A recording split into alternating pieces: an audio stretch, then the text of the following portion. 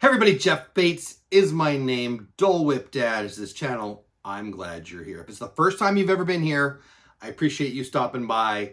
Lots of Disney things, lots of family-friendly things here on my channel. Smash the subscribe button, hit the notification bell, do all those internet things.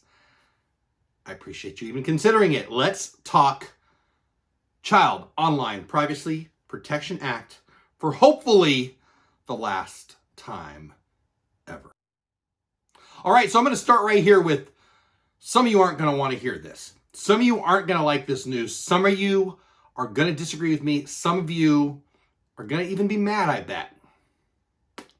There's nothing to worry about. Here's why I say that. The Child Online Privacy Protection Act is freaking people out because they want to be freaked out. And I mean that deeply. If you're one of those people who every 6 months gets that Facebook notification that, hey, sign this petition so Facebook stays free forever, or sign this petition so Facebook doesn't have the right to anything, you just like drama in your life. If I've made you mad, I'm sorry. Not really. There's nothing to worry about. Now, I'm going to tell you why that position, my position, is right.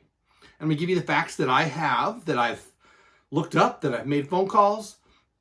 And some of you are still going to disagree. And my advice to all those people would be, delete your channel. Here's why I feel the way I feel. I bet most of you who are mad have already left. That's okay with me, because the people I'm really talking to are the people who can read a thing. Here it comes. And again, I apologize if you're mad. Not really. If you want to have stress in your life, if you want to think the FTC cares about your channel, if you want to think the FTC is going to fine you $42,000 because you did a Happy Meal video, I think you're crazy. So I picked up the phone and I made a phone call. FTC, yeah, this is Dole Whip Dad, and I really did. So I have a fairly long drive to work and a fairly long drive home. I chose to spend my over-hour drive one day last week calling the FTC Southwest office, Dallas, Texas. I thought, let's just find out what the heck they say. Took a while, I'm not gonna lie. Sat on hold for a couple, maybe a minute. Got some guy, he didn't know nothing. He basically said, talk to your lawyer. I said, listen, dude. And it was a friendly conversation. But I said, listen, dude, you haven't helped me at all. How can I get somebody at the FTC to tell me, oh my gosh, you're screwed, $42,000 a video, or hey, calm the heck down. How do I get somebody from the FTC to make sense? Because we spent a good 7-8 minutes, and he basically said, yeah, talk to me when it happens, call your lawyer. And I said, who can I talk to? How can I set a meeting? And he put me on hold, and then he came back and he said, would you like to talk to a supervisor? And I said, yes, I would. And he said, it'll be a while. And I said, that's fine. And it was a while, and then I talked to a supervisor. We had a great conversation. I told her what I knew, what people were freaking out about, what I believed about it, and what I should really do to find out the truth. She put me on hold. Then she came back and she said, have you read it anywhere on the FTC website where it says the FTC will fine a content creator, ever has, ever will? And I said, no. There's this video out there and it's being shared by 1 million people. And she said, yeah, I know. She said, here's the good news. And then she forwarded me all this stuff. You can read it too. Go to the Federal Trade Commission website. It's free. It's easy to find. It's nowhere that the FTC has or will fine a content creator. Now, here's the thing.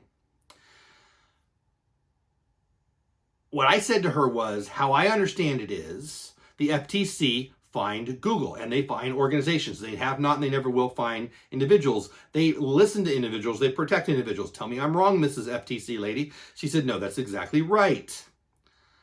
I can go into that call more, but the Federal Trade Commission actually put out something. YouTube put it out. You have to want to ignore this. If you're a creator, you have to actually purposefully ignore this. They sent it out, I think it was like 23 hours ago, so that was sometime yesterday. November 22nd, yesterday, the Federal Trade Commission puts out, YouTube channel owners, is your content directed to children? Directed to children, I get it. YouTube put out that list of, hey, if you are one of those people who needs you get the hot coffee from McDonald's, but you need the sign on there from the lawyers, hey, this coffee's hot, buddy, don't spill it on you. And clearly that's a lot of people. If you need that, YouTube put out that video and those points. Hey, if you're not sure if your content is for kids, here's some hints. So let's go back. Before I read this to you, let's go back. YouTube got caught. YouTube screwed up collecting data on kids. Couple points. One, can you collect data on your viewers? You cannot. You can't unless some 12 or under goes on there and types, hey, my name is, and this is where I live, and this is what color of hair I have. You don't get that information. Google, Alphabet, YouTube gets that information and they use it to target ads, which is what was illegal and why they got caught and why they got fined. They, in addition to getting fined, agreed with the FTC to have us, content creators, self-designate. If we are Baby Shark, if we are creating Barney videos, those are for kids. If you're not sure if your content is for kids, YouTube put out the talking points, or not even the talking points, hey, check this out. This might be something that would make you think you are creating content for kids. If you're unsure, I would submit to you that you know if you're creating content for kids. I would submit to you that everyone knows their audience. If you're not sure if you're creating content for kids, I can't help you. If you hear somewhere in that, well, if a kid might like it, you're creating for kids, you want to have the drama. So Federal Trade Commission, Protecting America's Consumers, they put out this. I'm going to read it to you. Now's where you should probably leave this video because it's going to be boring. But like Mr. Beast once read the terms of service for YouTube. I'm going to read this to you because if you listen, because I don't think if you're still freaking out, you haven't read this. Or if you've read this, and you're still freaking out, maybe you need to learn English. I don't know. I'm going to read it to you, and I'm going to tell you what I think, and then I welcome your thoughts in the comments. I suspect I wouldn't be watching this video anymore, but I'm the kind of guy who reads this stuff. Here we go. Under COPPA, how do I know if my channel is directed to children? Since the FTC and the New York Attorney General announced this February 19th the settlement with YouTube for violations of the Children's Online Privacy Protection Act rule, we've heard that question from channel owners, sometimes called content creators. If you're a channel owner who shares content on user-generated platforms like YouTube, read on for FTC staff guidance about the applicability of the COPPA rule and how those covered by the rule can comply with its requirements. The rest of this video is going to be this boring. I'm going to read and I'm going to give you my commentary on it. If you want to skip to the end, you're fine unless you're making, Baby Shark videos. If you're not sure if your content is for kids, I don't know what to tell you. The FTC action against YouTube and Google. The lawsuit against YouTube and Google alleged that the companies illegally collected personal information from children in violation of COPPA. According to the complaint, the companies collected that information from viewers of child-directed YouTube channels in the form of persistent identifiers that track users across the internet. You can't do that, can you? But didn't notify parents and get their consent. You can't collect data on kids 12 and under without parent consent. To settle the case, YouTube and Google agreed to create a mechanism so that the channel owners can designate when the videos they upload to YouTube are, to use the words of COPPA, whatever, directed to children. Do you create content that you direct to children? If you do, designate so. If you don't, don't. Just because Mickey Mouse shows up in your video doesn't mean you're creating content for children. You might be, but you're probably not. Unless you're creating a kid's cartoon, which I don't think that's what you're doing. I think that's what Disney does.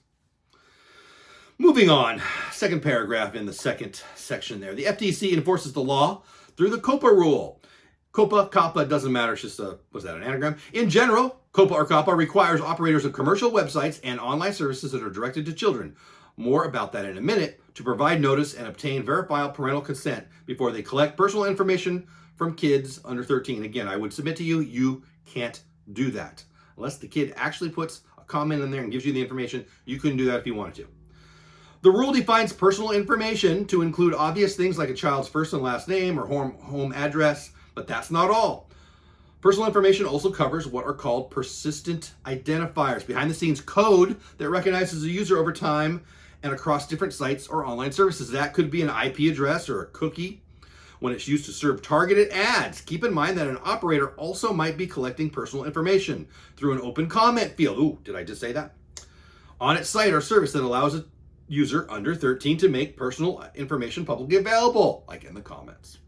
For example, think of a comment like this on a child-directed site. My name is Mary Jones from Springfield. I love this video. Obviously, I read this before and I remember that part. I didn't. There you go. So far, so good. You're safe. Let's continue if you want. How COPPA applies to channel owners. That's us. Content creators. If you have a YouTube channel, you're a channel owner. So how does COPPA apply to channel owners who upload their content to YouTube or another third-party platform? So this is not a YouTube thing. This is a FTC thing. And there are other places you can put videos. It applies in the same way it would if the channel owner had its own website or app. They treat it like you own the website. It's your responsibility. If the channel owner uploads content to a platform like YouTube, the channel might meet the definition of a website or online services covered by this law, depending on the nature of the content and the information collected. If the content is directed to children, and if the channel owner or someone on its behalf, for example, an ad network, collects personal information from viewers of that content, for example, through a persistent identifier that tracks a user to serve interest-based ads, you can't do that.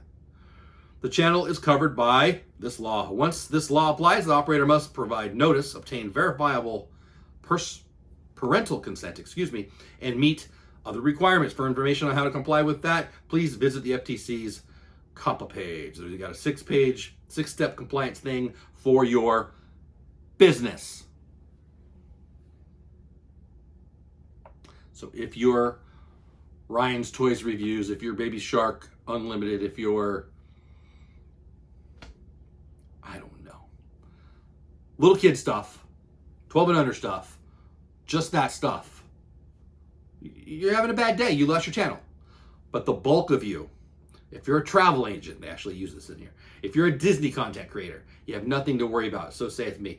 How channel owners can determine if their content is directed to children. Under this law, there is no one-size-fits-all answer about what makes a site directed to children, but we can offer some guidance. If you're not sure, here's some help. To be clear, please listen to this. If you're still here, listen to this. To be clear, your content is not considered directed to children just because some children may see it. They didn't write duh here, but I want to. However, if your intended audience is kids under 13, you're covered by this law and have to honor the rule's requirements. The rule sets out additional factors the FTC will consider in determining whether your content is child-directed. The subject matter, visual content, the use of animated characters or child-oriented activities and incentives, the kind of music or other audio content, the age of models, the presence of child celebrities or celebrities who appeal to children, language or other characteristics of the site, whether advertising that promotes or appears on the site is directed to children, and competent and reliable empirical evidence about the age of the audience. If you heard those things and you said to yourself, well, some of my videos have some of that stuff, I better stuck my head under the pillow, just delete your channel. Sorry. The determination of whether content is child-directed will be clearer in some contexts than in others, but we can share some general rules of thumb. First, unless you're affirmatively targeting kids, there are many subject matter categories where you don't have to worry about COPPA. For example, if your videos are about traditionally adult activities like employment, finances, politics, home ownership, home improvement, or travel, hey Sherry, aimed at high school or college students, or travel, you're probably not covered under unless your content is geared toward kids. Sorry, I screwed up that sentence because I was trying to be funny. The same would be true for videos aimed at high school or college students. On the other hand, if your content includes traditional pastimes or activities, it may be child-directed. For example, the FTC recently determined that an online dress-up game was child-directed. Second, just because your video has bright colors or animated characters doesn't mean you're automatically covered by this. While many animated shows are directed to kids, the FTC recognizes that there can be animated programming that appeals to everyone. The Simpsons.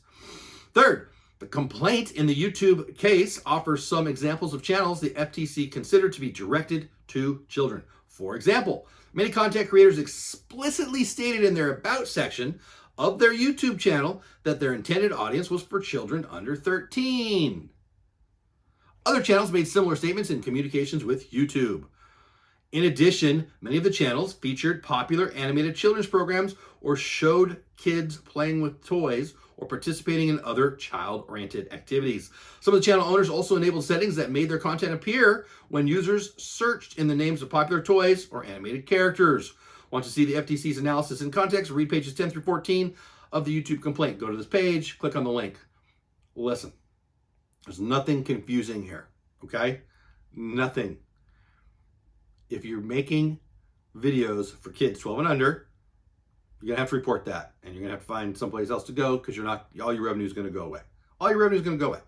But if you read this and you still think because Mickey Mouse is in the background, or you're watching a parade at Disney, or you're going through the drive-thru and getting a toy from Frozen in your Happy Meal with your daughter, like I do, like I just did, you're safe. You're not creating content for kids, guys, unless you are, but you're not. And certainly in my case, I think that line's almost made perfect for us Disney creators.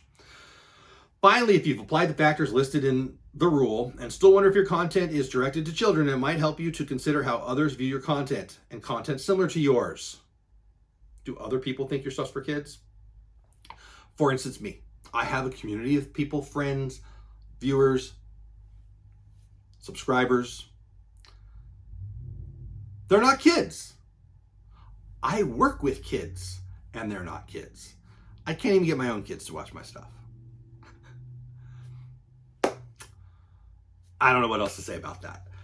Moving on. Finally, if you've applied the factors listed in the rule and still wonder if your content is directed to children, it might help to consider how others view your content and content similar to yours. Has your channel been reviewed on sites that evaluate content for kids? Is your channel or channels like yours mentioned in blogs for parents of young children or in media articles about child-directed content? Have you surveyed your users, or is there other empirical evidence about the age of your audience? In that video that's going around where everybody's talking about, he says it's going to be like shooting fish in a barrel. This is what they're talking about. Ryan's Toys Reviews, Barney's Greatest Hits, Baby Shark Volume 29 are for kids. And it's obvious. And they will have to self-regulate because YouTube says so. Because YouTube, in their term of service coming out December 11th or 10th or something, says so. For on and forevermore, you're going to have to do that if you're creating for kids, because you're not allowed to do what YouTube was doing, not because what you're not allowed to do. This isn't about kid safety as it relates to our content. It's about controlling, receiving, using kids' privacy data. Does that make sense? I've heard a few people jokingly say, "Oh, I'll just cuss at the beginning of the video. I'll put in all my titles. This is not for kids." That has nothing to do with it. Nothing to do with it. I mean, maybe it's a joke. I suspect it's a joke, but some of you, I think, are taking it seriously. I've gotten comments, I've gotten feedback, I've got a lot of people sending me messages, and some of you have mentioned these, what I'll call crazy things. You know, you cussing has nothing to do with this law. I wouldn't do it, but you can, I don't care. What are the possible penalties for violating COPPA? So this video, I doubt a lot of people are gonna watch to the end, but if you're still here, you care, pay attention. The rule allows for civil penalties up to $42,530 per violation, but now, if that freaked you out and you can't control yourself and you just want to have a freak out, feel free. But the but is the part you need to listen to. But the FTC considers a number of factors in determining the appropriate amount, including a company's financial condition and the impact a penalty could have on its ability to stay in business. While Google and YouTube paid $170 million in another COPPA case settled this year, the operator paid a total civil penalty of $35,000. The what? The business. The organization, the entity, not the individual, not the YouTuber. And they wouldn't crush you. They wouldn't say, well, you've got 100 videos and $42,000 per. Those people who are putting out, you're going to get fined up to $42,000 per video, are either lying or have chosen not to read or have chosen not to pick up the phone. I suspect most of them are just making it clickbait. Shoot, you could probably say this video is going to be clickbait because of the title I'm going to put on it is "You're not going to like what I learned." Anybody can learn this. I'm not special. I'm on purpose reading this because you can too. And if at the end of this you still think that you're at risk, then delete your channel. And I mean that because fear stinks. And if you're full of fear still, I would rather not have the fear. So isn't the FTC taking another look at the COPPA rule. Yes, the FTC is currently evaluating the rule in light of rapid changes in technology. If you would like to comment on the effectiveness of the rule and whether changes are needed, the FTC has extended the comment deadline to December 9th, 2019. I will put a link to this. You can go. It'll be in the description if you want to. Go ahead. I've seen a bunch of videos with people I actually like saying, "Oh, you can make a difference. Go here." Feel free. Feel free. There you go. Where can channel owners go for more information? I don't know why you would need more information than this, but here you go. A look at the factors in the rule will help most channel owners determine if their content is directed to children. If you're still unsure about how this applies to you, consider contacting an attorney or consulting with one of the COPPA Safe Harbor Program self-regulatory groups that offer guidance on how operators can comply with the law. Visit the FTC website at blah, blah, blah, blah, blah. So if you're creating content that's for kids or it's in the gray area and you're not sure, you should reach out to an attorney if you're making enough money. If you're just me, and I know you're not all me, but I'm creating Disney content, and you'd be shocked at how many people have reached out to me and said, well, you got to delete your channel, you're at risk. Thanks for your advice. Here's your sign.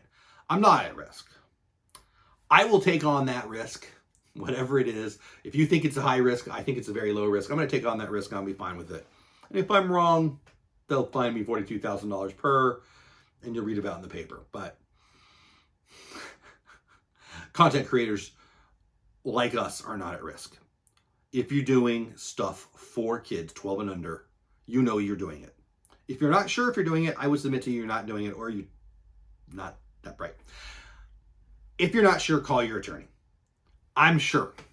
If you have an opinion on somebody else's channel, I'm telling you, no one's going to get fined. I'm not your lawyer. Don't take my advice for it. If you're worried about it, I really think you should probably get off a platform, because fear stinks, like I said. I probably am coming off annoyed. I kind of am. I think this is like the Facebook is about to charge for membership. Instagram's going to charge. Everybody signed this petition so they can't, whatever. They'll delete your channel, whatever. I don't know. I've never been that guy. Hasn't happened yet. It's never going to happen. But I mean this deeply. Fear stinks. If you want to, if you're still, after you're hearing all this, after you read it all, if you're still worried about it, you should probably delete your channel. But I'm telling you, I won't be deleting my channel. I have lots of confidence that this platform is growing. I'm having fun. And I think the FTC is more likely to subscribe to my channel than fine me. Maybe you disagree. I hope this helped somebody. I would be shocked if anybody stayed all the way to the end, but here it is. Here it is. The link to this is in the description below. If you're a content creator, YouTube sent this to you. They sent it to me. I don't think I'm that special. But at the end, I made a phone call. I even talked to the New York Attorney General's office. They've called me back 3 times. What I've said to them is, I'm not worried about this, but boy, everybody is. Pick up the phone, make a call. Do your research. Stop listening to a little clip that you don't hear the beginning of, you don't hear the end of, you don't know the context of, and think you know the whole story. As the great Paul Harvey said, here's the rest of the story. I think this is enough. It's certainly enough for me. I hope it's enough for you. I hope you create more, not less. But I'll say it again, and hopefully for the last time. If you're still worried about it, fear stinks. Do what you need to do. I hope this helped. Have the best day ever. I appreciate you watching. Thanks. Go create something awesome and have the best day ever. That's it for tonight. Bye for now. Let me know what you think in the comments. I really want to know. Even if I made you mad, I'm cool with it. Let me know. I would love to hear, hey, thanks, that makes sense. But I'm also okay with hearing, hey, you're an idiot. Time to delete our channels. Let's go hide in the basement. Let me know what you think. It's time for me to go. Bye for now.